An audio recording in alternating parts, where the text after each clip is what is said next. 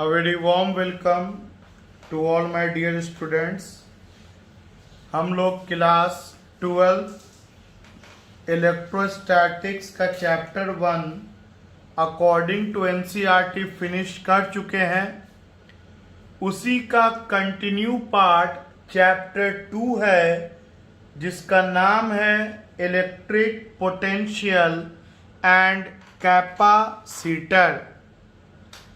तो हम लोगों को टर्म इलेक्ट्रिक पोटेंशियल को पहले डील करना है। उसको डील करने से पहले कुछ वो पॉइंट्स जो चैप्टर 1 में हम लोगों ने पढ़ा है वो पूरी तरह से आपको याद रहना चाहिए।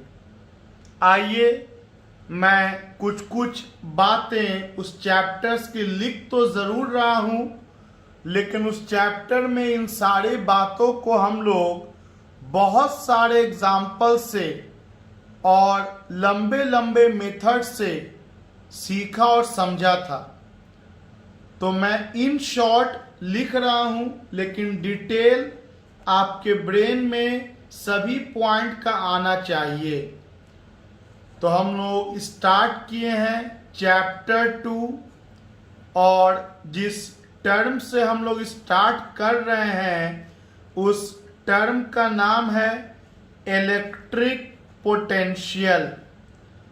But moving into this term let us have introduction. हम लोगों ने पढ़ा है कि work done by external agent, आपके और मेरे द्वारा किया गया काम का फॉर्मूला होगा एक्सटर्नल एजेंट का फोर्स चाहिए और डिस्प्लेसमेंट का dot product. Means you can write external agent का फोर्स, डिस्प्लेसमेंट और दोनों के बीच कोसाइन एंगल। दूसरा बात हम लोगों ने सीखा था कि एक कंजर्वेटिव फोर्स होता है। कंजर्वेटिव फोर्स उसे कहते हैं जिसका वर्क डन रास्ते पे डिपेंड ना करे, केवल इनिशियल पॉइंट पर डिपेंड करे और फाइनल पॉइंट पर। दूसरा कि कंप्लीट साइकिल में वर्क डन 0 होना चाहिए। As for example gravitational force mg is a conservative force और work done by conservative force अगर आपको निकालना है तो इसके लिए कंजर्वेटिव फोर्स पता होना चाहिए। अब वो कंजर्वेटिव फोर्स चाहे ग्रेविटेशन का हो, चार्ज वाला इलेक्ट्रोस्टैटिक फोर्स हो या स्प्रिंग का स्प्रिंग फोर्स हो, कंजर्वेटिव फोर्स चाहिए होगा, डिस्प्लेसमेंट चाहिए होगा और दोनों के बीच कॉस एंगल। इसके बाद हम लोगों ने एक बात रिलेशन सीखा था। रिलेशन ये था कि अगर आपको work done by external agent निकालना है और आप फोर्स का डायरेक्शन को नहीं समझ पा रहे तो कोई बात नहीं, आप negative of work done by conservative force को कैलकुलेट कर लें। Negative of work done by conservative force, जिसको सिंबल में हम लोग लिख सकते हैं work done by external agent equal to negative of work done by conservative force. इसके अलावा हम लोगों ने जाना था कि आप जो भी काम करते हैं एक्सटर्नल एजेंट जो भी काम करता है वो सिस्टम के पोटेंशियल एनर्जी को बढ़ाता है। आपको याद दिलाएं कि अगर ये स्प्रिंग है, अगर मैं इसको दबाना चाहूं तो ये दबना नहीं चाहेगा, तो मैं अगेंस्ट में काम कर रहा हूं और छोड़ूंगा तो ये स्प्रिंग फिर अपने जगह पे वापस आ गया, क्योंकि इसके अंदर एनर्जी स्टोर्ड हो गया था। तो हम लोगों ने जाना था एग्जाम्पल से कि एक्सटर्नल एजेंट जो भी काम करता है वह पोटेंशियल एनर्जी में चेंज लाता है। वह पोटेंशियल एनर्जी को बढ़ा भी सकता है और पोटेंशियल एनर्जी को घटा भी सकता है। बढ़ाएगा कब? जिधर बॉडी नेचुरली जाना चाहे, अगर उसके अगेंस्ट में काम करेंगे। तो मैंने एग्जाम्पल से उस वीडियो में प्रूफ किया था कि पोटेंशियल एनर्जी इंक्रीज कर जाएगा और जिधर बॉडी जाना चाहे उधर आप अगर जाने दो, आपके द्वारा किया गया वर्क उसको हेल्प कर रहा है उस तरफ जाने में जिधर वो नेचुरली जाना चाह रहा है। तो मैंने प्रूफ किया था कि आपका पोटेंशियल एनर्जी डिक्रीज करेगा। तो आइए इस बात को भी हम लोग हिंदी में लिख लेते हैं, क्योंकि ये सारा बात इस चैप्टर का आप कह सकते हैं कि रूह है, आत्मा है। एक एक बात आपको ये सारा बहुत अच्छे कॉन्सेप्ट के साथ याद रहनी चाहिए। इफ नॉट, अगर आपको लग रहा है कि आपने ऐसा नहीं किया तो आप जाइए वीडियो में जा करके दोबारा रिवाइज कर लीजिए। तो जो भी एक्सटर्नल एजेंट वर्क करता है वह पोटेंशियल एनर्जी में क्या लाता है? चेंज लाता है। वह पोटेंशियल एनर्जी में चेंज लाता है। पोटेंशियल एनर्जी बढ़ भी सकता है और घट भी सकता है। पहला पॉइंट, पोटेंशियल एनर्जी बढ़ेगा अगर work done by external agent against में किया जाए। अगेंस्ट में किया जाए जिधर नेचुरली बॉडी जाना चाह रहा है। और दूसरा बात हम लोगों ने जाना था कि पोटेंशियल एनर्जी घटेगा अगर work done by external agent उस तरफ ही कर दे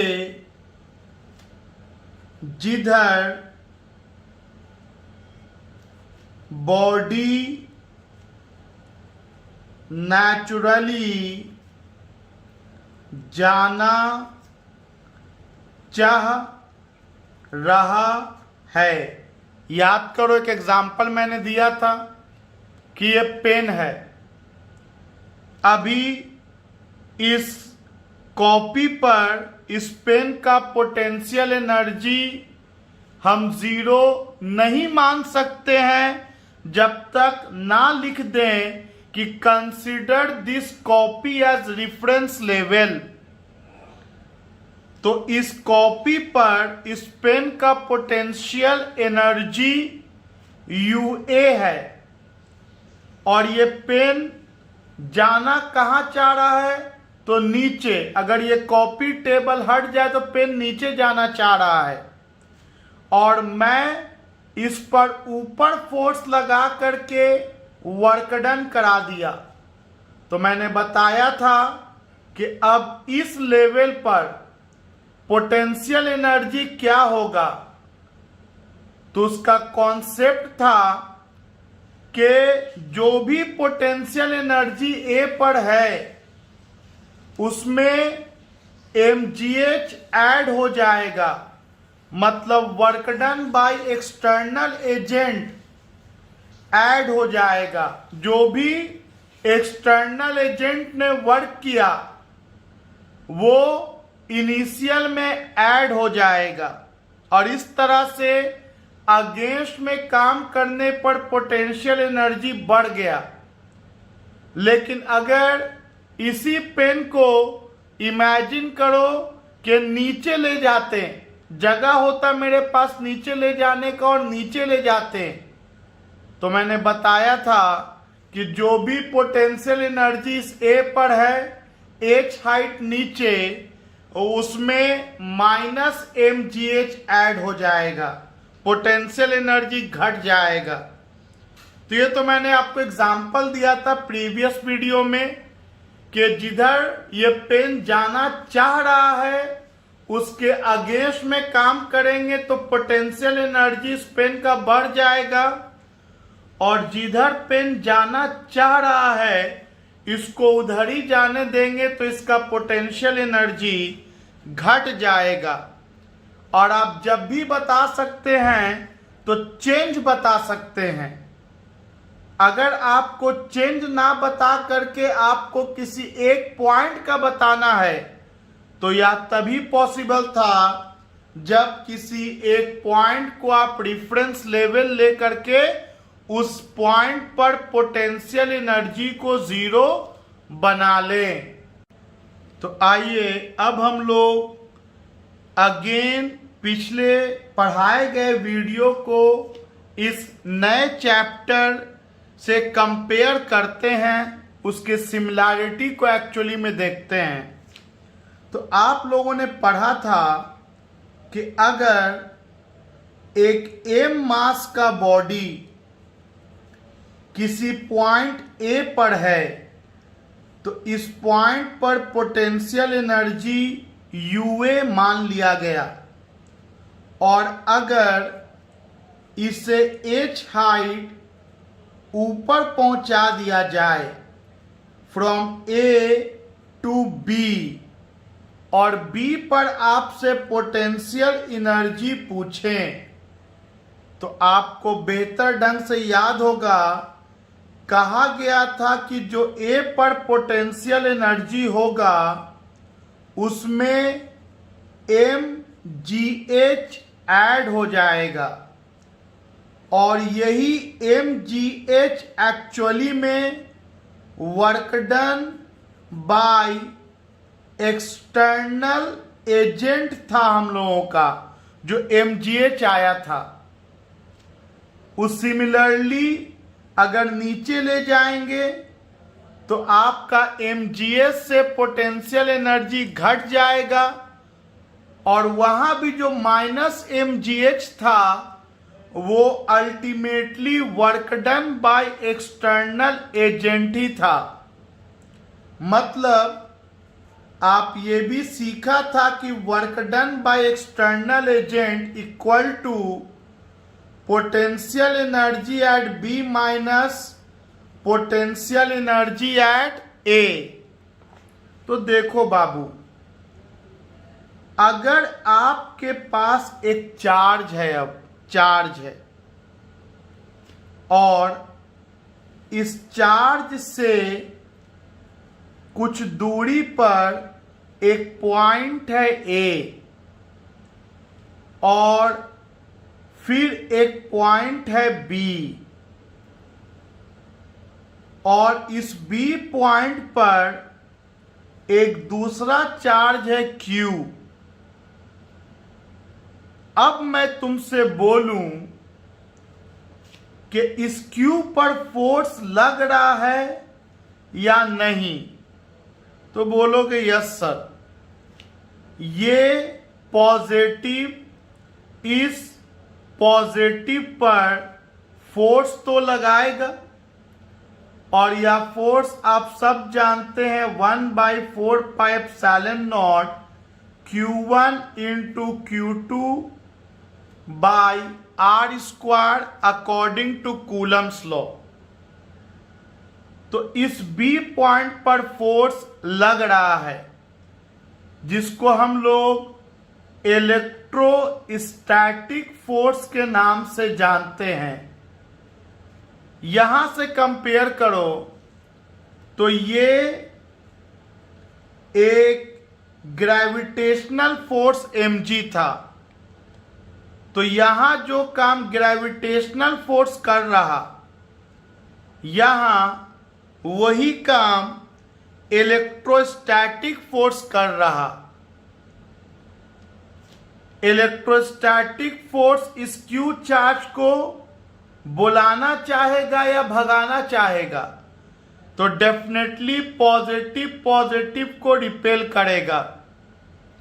अगर मैं बोलूं कि एक्सटर्नल एजेंट ने इसे B से A ले आया, एक्सटर्नल एजेंट ने कुछ काम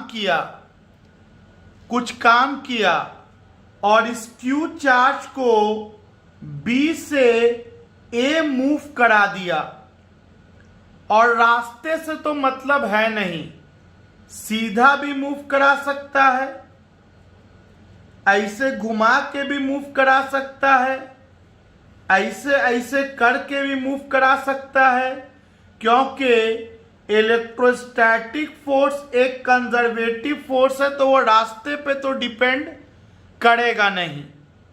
अब आपको ये बात प्रूव इसमें नहीं करने की जरूरत है, आपको सिर्फ इतना लिख देना है कि इलेक्ट्रोस्टैटिक फोर्स एक कंजर्वेटिव फोर्स है, तो इसका जो वर्क डन होगा वो इंडिपेंडेंट ऑफ पाथ होता है। तो खैर, एक्सटर्नल एजेंट ने इस Q को B से A पहुंचा दिया, और आपसे अगर इस A पॉइंट पर पोटेंशियल एनर्जी पूछा जाए तो आप बोलो कि क्या लिखोगे, तो बोलेंगे सर A पॉइंट पर अगर पोटेंशियल एनर्जी आप पूछिएगा तो बोलेंगे कि B पर जो भी पोटेंशियल एनर्जी रहा होगा plus work done by external agent, चाहे ये वर्क डन पॉजिटिव आए या निगेटिव आए। यही बेसिक कॉन्सेप्ट हम लोग ऑलरेडी स्टडी किया है, जो इस चैप्टर में भी एप्लीकेबल है, कि A पर जो पोटेंशियल एनर्जी होगा वो हम बता तो नहीं सकते कि A पर कितना होगा, तभी बता पाएंगे जब आप B पर पोटेंशियल एनर्जी हमें दे दें। लेकिन इतना बता देंगे कि जो भी B पर पोटेंशियल एनर्जी रहा होगा उसमें एक्सटर्नल एजेंट ने इस Q चार्ज को B से A तक लाने में जो काम किया होगा, ये काम इसमें ऐड हो जाएगा, और आप देखोगे आगे कि जरूर A का पोटेंशियल एनर्जी जो है वो B से ज्यादा आएगा। आप देखोगे, मैं प्रूफ करूंगा न्यूमेरिकली भी। क्यों ज्यादा आएगा? क्योंकि चार्ज जाना तो इधर चाह रहा होगा और आपने अगेंस्ट में काम किया है, जिधर ये जाना चाह रहा है आप उसके उल्टा ले गए हैं। और ये कॉन्सेप्ट हम लोग जान चुके हैं कि जब भी अगेंस्ट में काम किया जाता है तो सिस्टम का पोटेंशियल एनर्जी बढ़ता है।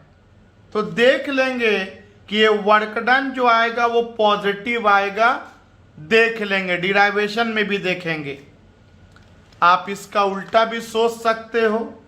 सोचो कि अगर मैं चार्ज को ए से बी ले जाऊं तो बताओ अब बी पर पोटेंशियल एनर्जी आप कैसे निकालोगे। तो रूल्स रिमेन्स द सेम, एक ही तो रूल है कि जो भी ए पर पोटेंशियल एनर्जी रहा होगा और वर्क डन जो एक्सटर्नल एजेंट करेगा उसमें ऐड हो जाएगा। और इस केस को मैं प्रूफ करूंगा कि इस बार work done by external agent negative आएगा। इस केस में निगेटिव आने का मतलब है कि अगेन बी पर पोटेंशियल एनर्जी ए से कम हो जाएगा। वैसे भी सोचो ये पॉजिटिव रिपेल होकर के इधर जाना चाह रहा है और चला भी गया तो पोटेंशियल एनर्जी सिस्टम का घटेगा। अब कुछ लोग सोचता है सर जाना चाह रहा है तो हम क्यों काम करें, चल जाए अपने से। बाबू रे, अपने से जाएगा तब तो ये वेलोसिटी गेन कर लेगा, तब तो ये वेलोसिटी गेन कर लेगा। और आपको पता है पहले के कॉन्सेप्ट के अनुसार कि इस पूरे कहानी में हम लोग वेरी स्लोली मूव कराते हैं, काइनेटिक एनर्जी के टर्म को इन्वॉल्व होने नहीं देते हैं। और इसके लिए याद होगा एक बहुत इंपॉर्टेंट पॉइंट कि एक्सटर्नल एजेंट का जो फोर्स होता है वो लगभग बराबर होता है मैग्नीट्यूड में कंजर्वेटिव फोर्स के, कंजर्वेटिव फोर्स के लगभग बराबर होता है। लेकिन डायरेक्शन में अपोजिट होता है तो माइनस लग जाता है। याद होगा कि जब नीचे से ऊपर ले गए थे तो एक्सटर्नल एजेंट का फोर्स जो हम लोग लिया था वो लगभग mg के बराबर लिया था ताकि वेलोसिटी का टर्म नियर टू जीरो हो, एक्सीलरेशन जीरो हो, या वेलोसिटी अगर हो भी तो कांस्टेंट हो ताकि काइनेटिक एनर्जी में कोई चेंज नहीं आए। नीचे अगर 20 न्यूटन लग रहा है तो एक्सटर्नल एजेंट 20.00000001 न्यूटन लगाएगा। ये इतना स्मॉल फोर्स लगाएगा कि वेरी स्लोली ये ए से बी पहुंच जाएगा और सिर्फ पोटेंशियल एनर्जी का टर्म इन्वॉल्व होगा, ना कि काइनेटिक एनर्जी। तो ये सारा टर्म मोर और लेस हम लोग अर्लियर वीडियो में देखा। आइए एक बार फिर इसको हम लोग दोबारा इंट्रोडक्शन में कुछ और बातों को सीखते हैं, क्योंकि यही जो इंट्रोडक्शन पार्ट आप सीख रहे हो सारा डिराइवेशन, सारा न्यूमेरिकल इसी एक सिंगल क्लास के ऊपर बेस है। और ये सिंगल क्लास चैप्टर 1 के 3 क्लास के ऊपर बेस है। तो आओ देखते हैं कुछ और आगे। आइए अब इस पेज में हम लोग चार्ज के रिस्पेक्ट में कंजर्वेटिव और एक्सटर्नल फोर्स के डायरेक्शन को थोड़ा सीख लिया जाए।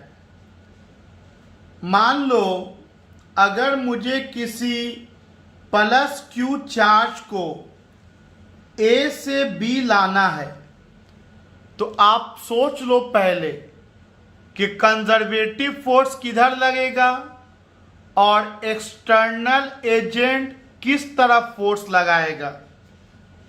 Figure number 1। और बिल्कुल ये सब आप रट्टा नहीं मार सकते हो, समझो इत्मीनान से। ये साफ साफ मैंने लिख दिया कि चार्ज को ए से बी लाना है।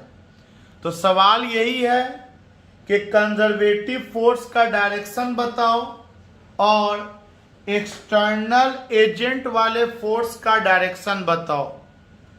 तो बोलेंगे सर कंजर्वेटिव फोर्स का डायरेक्शन तो तुरंत बता देंगे, नेचुरल फोर्स जो है, तो ये प्लस इस प्लस को रिपेल करेगा, तो ये तो फोर्स हो गया कंजर्वेटिव वाला।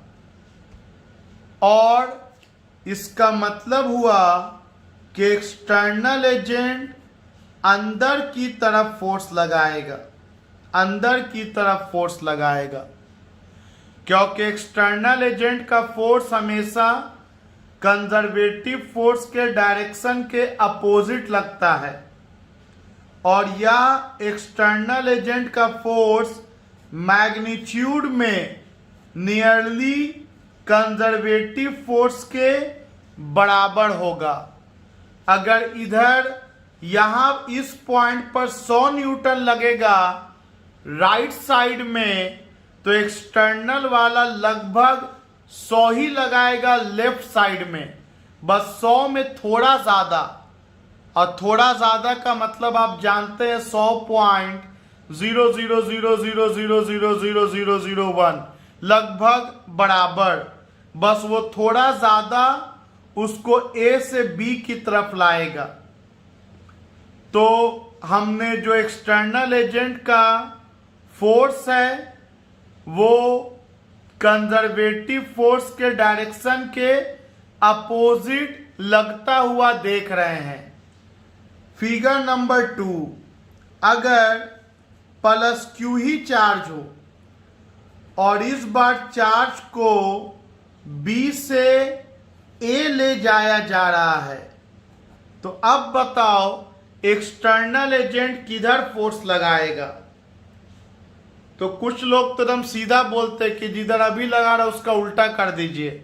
समझो मेरे दोस्त, एक्सटर्नल एजेंट किधर फोर्स लगाएगा, तो बोलेंगे कंजर्वेटिव फोर्स तो अभी भी इसको रिपेल ही करेगा।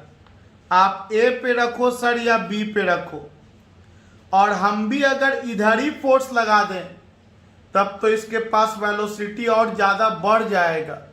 एक तो ऑलरेडी ये जाना चाह रहा, उधर ही हम धक्का दे दें तो काइनेटिक एनर्जी का टर्म इन्वॉल्व हो जाएगा। और शुरुआत में ही मैंने कह दिया है कि we have to only deal with the potential energy में चेंज। तो एक्सटर्नल एजेंट का फोर्स अंदर की तरफ अगेन लगेगा, ताकि ये जो चार्ज मूव करे ये very very slowly B to A जाए। सोचो ना, ये इधर जाना चाह रहा है तो तुम इसको क्या करोगे, पीछे रोकोगे, और तुम जो फोर्स लगाओगे इधर, ये 99.99999 न्यूटन लगेगा अगर इधर 100 लग रहा है तो इस पॉइंट पर। और इस तरह से ये धीरे धीरे बी से तुम लगा रहे हो इधर, एक्सटर्नल एजेंट इधर फोर्स लगा रहा है ताकि इसके में वेलोसिटी नहीं गेन हो, तो धीरे धीरे ये बी से ए चला आएगा। तो इस फिगर में भी हम लोग कंजर्वेटिव फोर्स और एक्सटर्नल एजेंट के फोर्स के डायरेक्शन को सीखा। लेकिन चार्ज तो मेरे दोस्त माइनस में भी होता है, तो सोचो माइनस हुआ, और फिर ये दो कंडीशन के बारे में सोचो कि अगर Q को A से B लाया जाए तो कंजर्वेटिव फोर्स किधर लगेगा और एक्सटर्नल एजेंट के द्वारा फोर्स किधर लगेगा। आई होप सोच लिए होगे कि माइनस क्यू इस प्लस क्यू पर फोर्स कंजर्वेटिव मतलब इलेक्ट्रोस्टैटिक फोर्स तो अंदर की तरफ लगाएगा, और ये जब इसको अंदर की तरफ खींच रहा है और मुझे इसको जाने तो देना है अंदर की तरफ, लेकिन इसका स्पीड नियर टू जीरो होना चाहिए। एक्सीलरेशन नहीं आना चाहिए। एक्सीलरेशन तभी जीरो होगा जब नेट फोर्स जीरो होगा।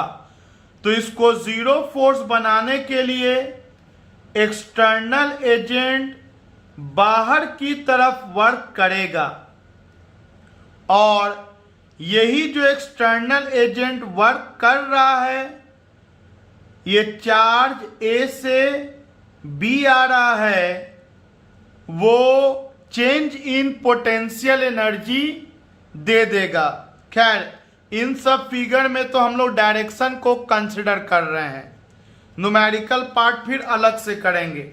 और ये सारा पार्ट जब मिलेगा तो एक बहुत सिंपल सा 3 नंबर का डिराइवेशन बोर्ड एग्जाम में आता है डेफिनेटली। अब आप सभी लोग चौथा केस तो आसानी से सोच सकते हैं कि अगर इस प्लस क्यू चार्ज को बी से ए ले जाया जाए तो एक्सटर्नल फोर्स के द्वारा एक्सटर्नल फोर्स का डायरेक्शन क्या होगा और कंजर्वेटिव फोर्स का डायरेक्शन क्या होगा। बिल्कुल सही, ये माइनस क्यू इस प्लस क्यू को तो अपनी तरफ खींचना चाहेगा और चार्ज को बी से ए ले जाने के लिए एक्सटर्नल एजेंट काम करेगा और ये चार्ज फ्रॉम बी टू ए चला जाएगा। इस तरह से हम लोगों ने हर केस में देखा कि एक्सटर्नल एजेंट का फोर्स और कंजर्वेटिव फोर्स का मैग्नीट्यूड लगभग बराबर लेना है और डायरेक्शन इन दोनों का ऑलवेज एंटी पैरेलल होगा। अब आइए कुछ और बात को सीखा जाए। तो हम लोगों ने जाना है कि हम लोग जब भी निकाल सकते हैं वह चेंज इन पोटेंशियल एनर्जी ही निकाल सकते हैं और इस चेंज इन पोटेंशियल एनर्जी को सिंपल लैंग्वेज में पोटेंशियल एनर्जी डिफरेंस कहा जाता है। और अगर पोटेंशियल एनर्जी निकालना है तो यह ज़रूरी है कि इनिशियल पर पोटेंशियल एनर्जी ज़ीरो हो, क्योंकि चेंज इन पोटेंशियल एनर्जी ही का फॉर्मूला हमारे पास मौजूद है कि work done by external agent change in potential energy देता है। और अगर आपको सिर्फ पोटेंशियल एनर्जी किसी पॉइंट पर निकालना है, किसी पॉइंट पर कैलकुलेट करना है, तो इनिशियल पॉइंट पर पोटेंशियल एनर्जी ज़ीरो होना चाहिए। तब इस केस में एक्सटर्नल एजेंट जो भी काम करेगा वह गिवन पॉइंट का पोटेंशियल एनर्जी आपको दे देगा। तीसरा टर्म, अगर हम एक चार्ज को ले लिया,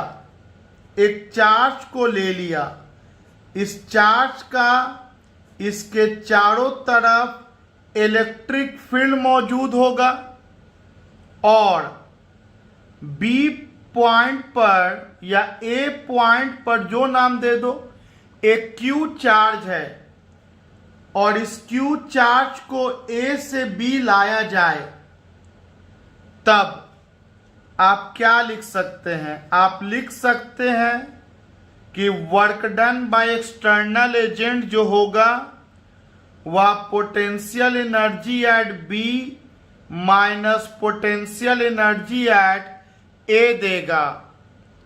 मतलब आप कह सकते हैं कि potential energy difference is equal to work done by external agent in bringing a charge from one point to another point। एक एक लाइन को मैंने हिंदी में समझा दिया, तब मैं उसको इंग्लिश में डिफाइन कर रहा हूं। मैंने क्या बोला? मैंने बोला कि potential energy difference, potential energy के टर्म को तो डिफाइन ही नहीं कर सकते मेरे दोस्त, उसके लिए कंडीशन है। इसलिए जब भी डिफिनीशन होता है तो पोटेंशियल एनर्जी डिफरेंस का होता है। तो potential energy difference is defined as the amount of work done by, किसके द्वारा? एकदम very clear, work done by external agent. और बताओ एक्सटर्नल एजेंट कौन सा काम कर रहा है? बिल्कुल सही, इस क्यू चार्ज को from one point two another point लेकर के जा रहा है।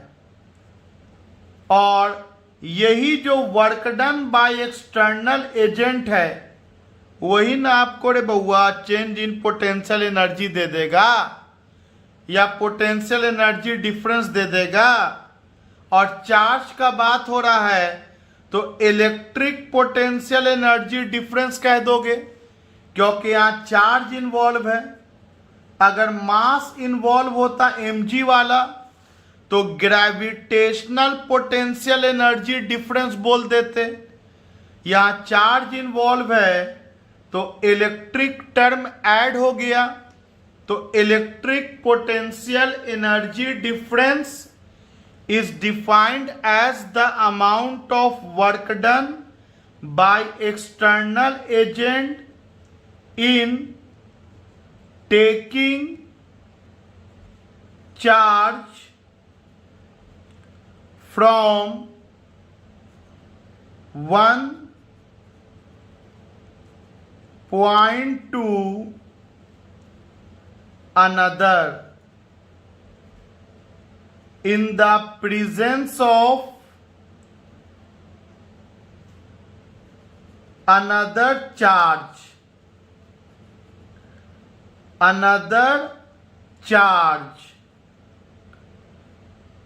without change in kinetic energy. Kinetic energy में कोई बदलाव नहीं आना चाहिए, और यह तभी पॉसिबल है जब आपका नेट फोर्स जीरो हो, ताकि एक्सीलरेशन जीरो हो। और आप जो वर्क डन करोगे उसके लिए यह भी जरूरी है कि कोई चार्ज मौजूद हो। मान लो अगर यही मौजूद नहीं है, इसको हटा दो, तो ए से बी लाने में आपको क्या काम करे पड़ेगा? कोई रोकने वाला ही नहीं है। तो ये है, तब तो इस पर इसका इलेक्ट्रिक फील्ड के कारण F equal to qE force conservative बाहर में लग रहा है। और तब तो हमको फिर एक्सटर्नल एजेंट के द्वारा अंदर में फोर्स लगा के इसको ए से बी ले जाना पड़ रहा है। और यही जो एक्सटर्नल एजेंट काम करेगा इस गिवन चार्ज को ए से बी तक ले जाने में, वह पोटेंशियल एनर्जी नहीं बल्कि पोटेंशियल एनर्जी डिफरेंस देगा। उम्मीद है आपको डिफरेंस का मतलब समझ में आया कि आप पोटेंशियल एनर्जी डिफरेंस निकाल रहे हैं।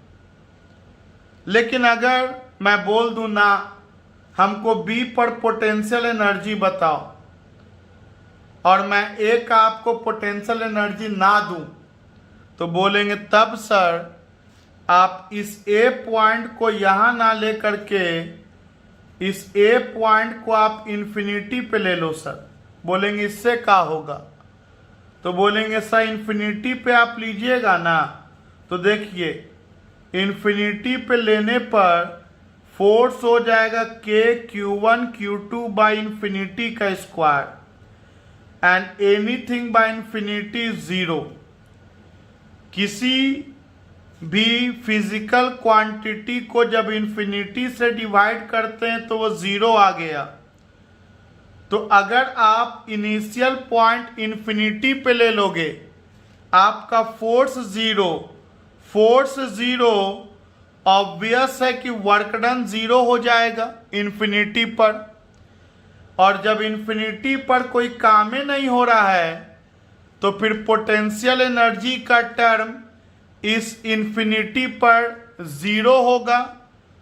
और अगर इन्फिनिटी मतलब पॉइंट ए पर पोटेंशियल एनर्जी जीरो हो गया तब तो आप इस बी का पोटेंशियल एनर्जी अब बता दोगे। अब आप डिफरेंस नहीं बताओगे, आप पोटेंशियल एनर्जी बी पर बता पाओगे। लेकिन कंडीशन था उसके लिए आपका initial should be infinity.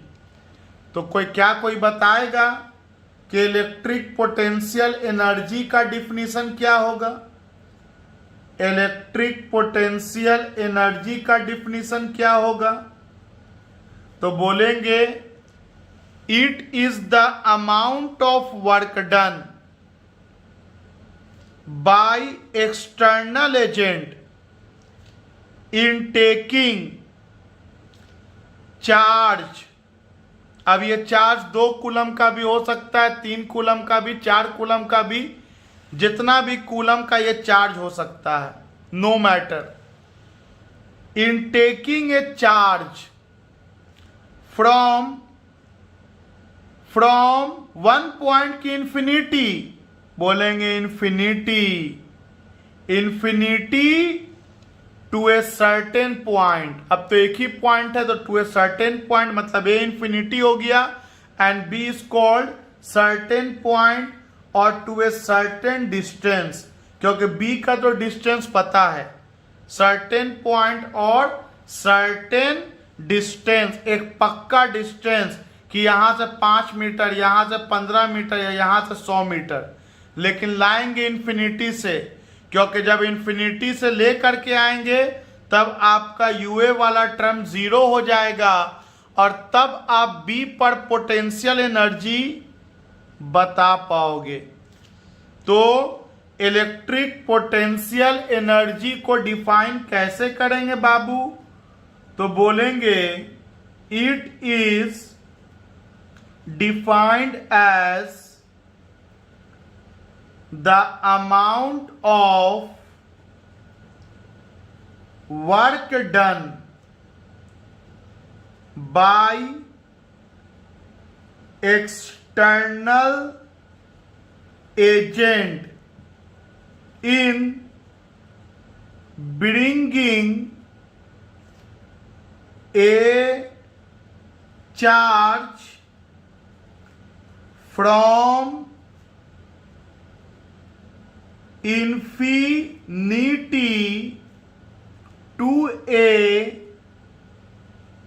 certain distance in the presence of given charge। एक चार्ज ऑलरेडी मौजूद है कैपिटल क्यू, विदाउट, और लाना कैसे है? तो without change in kinetic energy. Kinetic energy में चेंज नहीं आना चाहिए, मीन्स जितना कंजर्वेटिव फोर्स लग रहा हो उतना ही एक्सटर्नल फोर्स लगभग लगाएंगे कि नेट फोर्स जीरो हो जाए, एक्सेलरेशन जीरो हो जाए, change in kinetic energy zero हो जाए। आई होप आप लोग को बहुत क्लियर होगा electric potential energy difference and electric potential energy, ये दो अलग अलग टर्म है, थोड़ा अंतर है इन दोनों में। हम लोग इलेक्ट्रिक पोटेंशियल एनर्जी को डिफाइन कर ही नहीं सकते हैं जब तक इलेक्ट्रिक पोटेंशियल एनर्जी डिफरेंस को डिफाइन ना कर लें, क्योंकि आपको कैलकुलेशन का जो रास्ता खुला है वो चेंज इन पोटेंशियल एनर्जी, जिसे इलेक्ट्रिक पोटेंशियल एनर्जी डिफरेंस कहा जाता है, equal to work done by external agent वाला। और फिर स्पेशल केस लगा के इन्फिनिटी पे ले जाके at one of the point potential energy zero कर दिया, तो एक सिंगल पॉइंट पर पोटेंशियल एनर्जी का कैलकुलेशन हो गया। आइए दो और टर्म को हम लोग अब सीखते हैं। ये चार इंपॉर्टेंट टर्म है जिसको मैं आपको इंट्रोडक्शन में एक साथ सिखा रहा हूं, फिर इन सभी का बारी बारी क्लास आएगा, डिराइवेशन होगा और फिर मिक्स प्रॉब्लम्स बनेगा। देखो यहां फिर मैं यही काम कर रहा हूं कि एक चार्ज को मैं ए पॉइंट पर लिया और उसको बी पॉइंट पर लाया, और लाएगा कौन? तो लाएगा एक्सटर्नल एजेंट, वही काम करेगा। और एक्सटर्नल एजेंट जो काम किया, कौन सा काम किया? तो एक चार्ज को ए से बी तक लाया, तो वर्क डन किसके द्वारा? Bye the external agent. और ये वर्क डन के बारे में आप सब जानते हैं, ये इक्वल टू होता है चेंज इन पोटेंशियल एनर्जी, मतलब B पर पोटेंशियल एनर्जी माइनस A पर। लेकिन अब हम एक कंडीशन लगा दे रहे हैं कि आप जो वर्क डन कर रहे हैं वो यूनिट पॉजिटिव चार्ज को लाने में कीजिए। कंडीशन लग गया, कंडीशन लग गया। किसी चार्ज को नहीं कि 2 कूलम 4 कूलम 5 कूलम 5.5 कूलम, नहीं। सेम काम करो, सेम काम करो जो अभी पिछला पेज में हम लोग किया। बस एक शर्त है मेरा कि इस बार आपको यूनिट पॉजिटिव चार्ज को लाने में वर्क डन कराना है from one point two another point. तब इस वर्क डन को हम लोग इलेक्ट्रिक पोटेंशियल डिफरेंस कहेंगे। अगेन हम डायरेक्ट आपको इलेक्ट्रिक पोटेंशियल नहीं डिफाइन कर सकते हैं, और आप समझ गए होंगे शायद क्यों नहीं कर सकते। पहले मुझे डिफरेंस को ही डिफाइन करना है।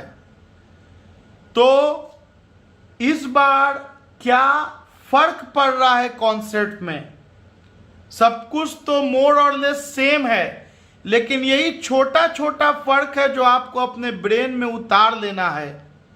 एक बार में ना वीडियो समझ में आए, आप इसको 2 बार 3 बार देखो, और उसके बाद भी तो कुछ दिक्कत हो, you are most welcome to call, क्योंकि आप इससे रिलेटेड पूरा यूट्यूब छान मारो। बहुत ज़्यादा कंफ्यूजन करके इसके न्यूमेरिकल्स को या तो डिस्कस किया गया, डिराइव किया गया, या नहीं तो आधा अधूरा बात से आपको स्टार्ट किया गया, खत्म कर दिया गया कि ना सारा बात बताएंगे ना आपको दिक्कत होगा। लेकिन एग्ज़ाम में तो दिक्कत होगा मेरे दोस्त। सारा बात जब जानोगे, सोचोगे, मेहनत करोगे और एक बार दिक्कत खत्म हो जाएगा तो फिर वो हमेशा के लिए खत्म हो जाएगा। तो देखो ध्यान से मैं कौन से टर्म को डील कर रहा हूं इस बार मैं डील कर रहा हूं इलेक्ट्रिक पोटेंशियल डिफरेंस। और ये वही डिफिनीशन है पहले की तरह, बस फर्क छोटा सा है कि इस बार हम लोग यूनिट पॉजिटिव चार्ज को लाएंगे फ्रॉम ए टू बी। और अगर ये यूनिट पॉजिटिव चार्ज ना हुआ, मान लो कि 2 कूलम को लाया गया ए से बी और इसके लिए काम करना पड़ा मुझे 100 जूल, और बोले इलेक्ट्रिक पोटेंशियल डिफरेंस बता दो। बिल्कुल सही सोचे कि आप डिफाइन कर रहे हैं यूनिट पॉजिटिव चार्ज पर, लाया 2 कूलम को 100 जूल के वर्क में, तो 1 कूलम को 50 जूल, तो आपका पोटेंशियल डिफरेंस 50 जूल पर कूलम हो जाएगा। बस यही तो काम करना है कि अगर अगले का वैल्यू 1 है तो ठीक, और अगर अगले का वैल्यू 1 नहीं है, अगर अगले का वैल्यू 1 नहीं है तो हम लोग उसको 1 बना लेंगे। कैसे 1 बनाएंगे? अरे 100 बटा 2 कर देंगे, वर्क डन बटा चार्ज कर देंगे, और इसलिए चार्ज से डिवाइड करेंगे ताकि ये यूनिट पॉजिटिव बन जाए। तो वर्क डन बाय चार्ज, तब ये कहलाएगा इलेक्ट्रिक पोटेंशियल डिफरेंस। तब ये कहलाएगा, क्या कहलाएगा रे बाबू? अब ये कहलाएगा इलेक्ट्रिक पोटेंशियल डिफरेंस। तब आप लिख सकते हैं final potential minus initial potential. ये हो गया work done by external agent divided by charge. तो कैसे डिफाइन करोगे इलेक्ट्रिक पोटेंशियल डिफरेंस को? सोचे हो? बोलेंगे electric potential difference is defined as the amount of work done by external agent in bringing a unit positive charge from one point to another point। एक unit positive charge को एक point से दूसरे point तक ले जाने में जो वर्क डन परफॉर्म होगा, that is called electric potential difference. तो आइए डिफाइन कर लेते हैं हम लोग इलेक्ट्रिक पोटेंशियल डिफरेंस को। उम्मीद है समझ में आया होगा कि अगर यूनिट पॉजिटिव चार्ज ना हो तो उसको डिवाइड करके यूनिट पॉजिटिव चार्ज बना लेंगे। तो बोलेंगे electric potential difference is defined as the amount of work done by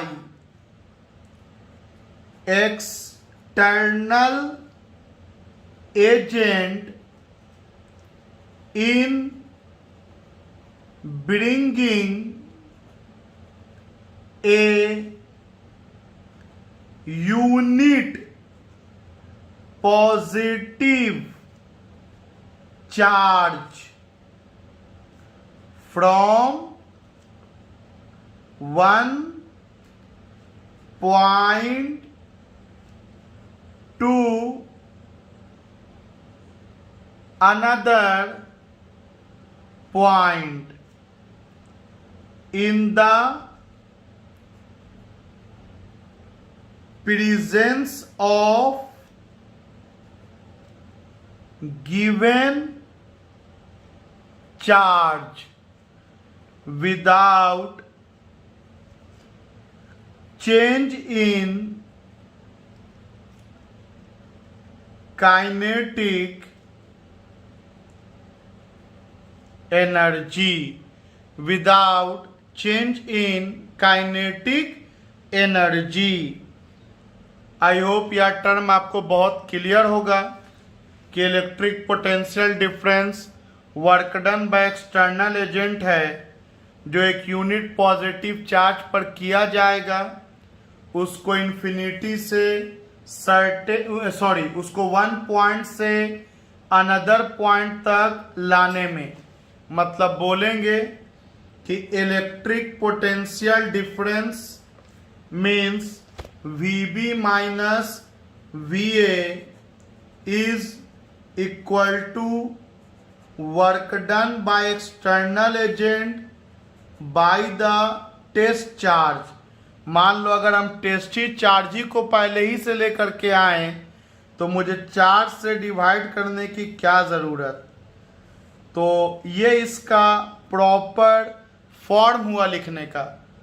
और यहाँ पर अगर test charge unit positive charge ना हो के चार्ज है तो उसका मकसद यही है कि उसका वैल्यू 1 बन जाए। जैसा कि आप लोगों ने समझा कि 2 कूलम को लाने में अगर 100 जूल का काम पड़ा तो इलेक्ट्रिक पोटेंशियल डिफरेंस में दिमाग में यही रखना है कि यूनिट को लाने में कितना काम, एकदम हिंदी में याद रखो कि 2 को लाने में अगर 200 जूल तो यूनिट को लाने में 100, तो 100 जूल पर coulomb will be the potential difference between the 2 points. It is a scalar quantity, सारा क्वांटिटी जो भी पढ़ रहे हैं स्केलर है। वर्क डन का जूल, चार्ज का कूलम या इसी का यूनिट वोल्ट हो जाता है जूल पर कूलम का। आइए एक चौथा और आखिरी टर्म इसमें, जिस नाम से ये चैप्टर ही है, ये अलग बात है, यहाँ तक पहुँचने के लिए काफ़ी लंबा रास्ता हम लोगों ने तय किया। और अब टर्म आया है इलेक्ट्रिक पोटेंशियल। आई होप कि आप में से सभी लोग इसके कॉन्सेप्ट को खुद से सोच सकते हैं कि इलेक्ट्रिक पोटेंशियल का मतलब होगा कि वन ऑफ द पॉइंट आपका इन्फिनिटी होना चाहिए, वन ऑफ द पॉइंट आपका इन्फिनिटी होना चाहिए। मतलब जो ए होगा वो इन्फिनिटी होगा, तब तो आप किसी एक सिंगल पॉइंट का पोटेंशियल बता पाओगे।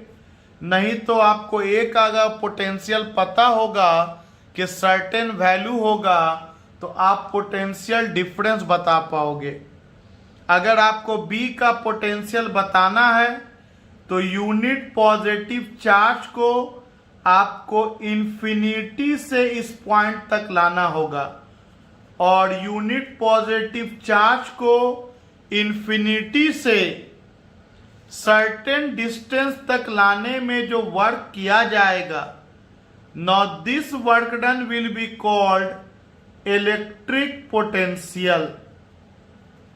अगर यूनिट पॉजिटिव चार्ज को ला रहे हैं, और अगर यूनिट नहीं ला रहे हैं तो बनाने आता है, और नहीं बनाओगे तो वो इलेक्ट्रिक पोटेंशियल एनर्जी कहलाएगा। क्योंकि अदर देन यूनिट लाओगे तो आप फिर सोचो पिछला कि इलेक्ट्रिक पोटेंशियल एनर्जी में यही काम किया था, बस वहां यूनिट के बारे में नहीं सोचा था, वहां एनी चार्ज को फ्रॉम इन्फिनिटी टू बी ला रहे थे, तो फिर इन दोनों सिस्टम का पोटेंशियल एनर्जी मिल रहा था म्यूचुअल। तो खैर इलेक्ट्रिक पोटेंशियल को डिफाइन कैसे करेंगे, तो बोलेंगे it is defined as the amount of work done का काम कर रहा है, कौन काम कर रहा है? तो bye the external agent, by the external agent. और एक्सटर्नल एजेंट क्या काम कर रहा है? तो ये ला रहा है, किसको ला रहा है? अपने आप से ये सवाल पूछते रहा करो। ये सवाल मैं आपके लिए पूछ रहा हूं, जवाब दिया करो खुद को इसका। तो it is defined as the amount of work done by the external agent in bringing a unit positive charge. कहां से ला रहा है? फ्रॉम इंफिनिटी, इंफिनिटी से ला रहा है। कहां ला रहा है?